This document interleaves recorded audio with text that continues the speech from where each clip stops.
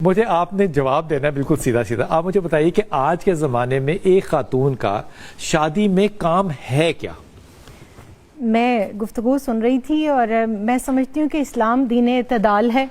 اس نے کچھ احکامات فرائض رکھے ہیں. اچھا. کچھ واجب ہیں, کچھ سنت ہیں, کچھ جو ہے وہ احسن کے درجے میں آتے ہیں, مستحبات ہیں. ٹھیک. اب مجھے اگر رہنمائی چاہیے تو مجھے علامہ اقبال کہتے ہیں بطول باش پنہا شو ازی اثر کہ در آغوش شبیر بگیری کہ اے آج کی مسلمان بیٹی, اگر تجھے چاہیے کہ تو زمانے کی بیسٹ ویمن بنے, ویمن آف دا ایئر بنے اور تو جنت میں بھی جائے, تو تجھے کیا کرنا ہے؟ تجھے بطولی کردار اپنانا ہے. اب آپ نے کہا تھا سیدھا جواب میرے پاس کیا ہے؟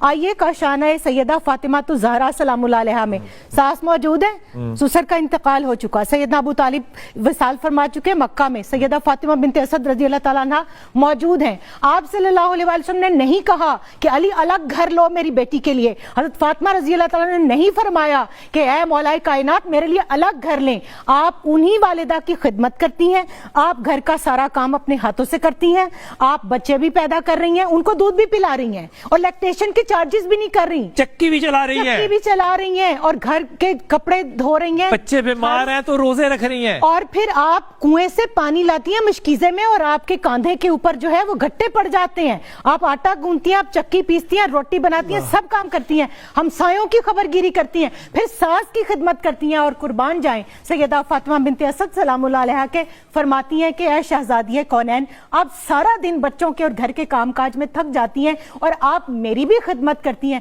تو کتنے پیار سے آگے سے فرماتی ہیں کہ آپ میرے والد کی اور علی کی ماں نہیں, میری بھی ماں ہے. یہ معیار ہے, یہ پیمانہ ہے, یہ پیرامیٹر ہے. آپ نے سسر کی خدمت کی بات کی نا, میں بہت دکھ کے ساتھ کہتی ہوں میں وہ عورت ہوں جس کو معاشرے میں سب سے زیادہ یہ سوال فیس کرنا پڑتا ہے, جی ہمارے اوپر ساس سسر کی خدمت کرنا تو فرض نہیں, تو آپ میں بتائیں آپ اپنے ماں باپ کو اپنی بھابھی کے پاس کیوں چھوڑ کے آئی ہیں؟ آپ کیوں کہہ کے آئی ہیں کہ میرے ماں باپ کا خیال رکھنا؟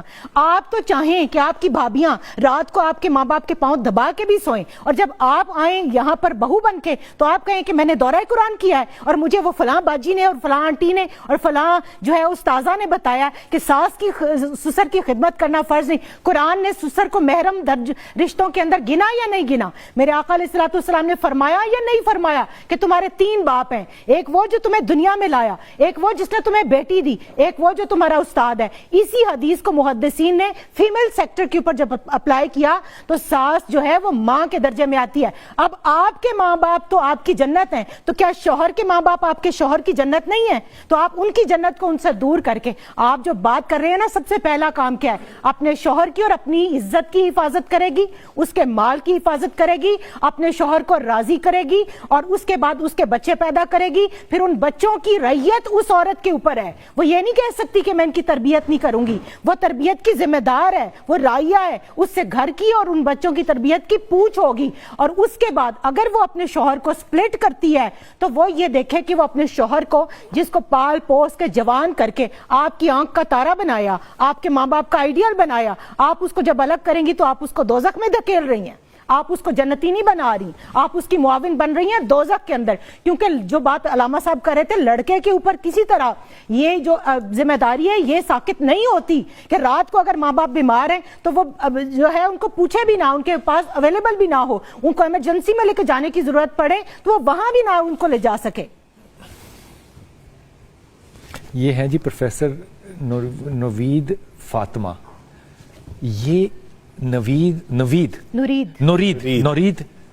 فاطمہ جو ہے نا, یہ آپ ساروں کے ممبر پہ بھاری ہے, ایمانداری سے کہیے. ممبر تو ہمارا ہے ہی نہیں رسول اللہ. میں مثال کہہ رہا ہوں نا, سب پہ بھاری ہے. ٹھیک ہے, لیکن جو اس خاتون نے بات کی ہے نا, یہ بات یہ ہمارے علماء کیوں نہیں کرتے؟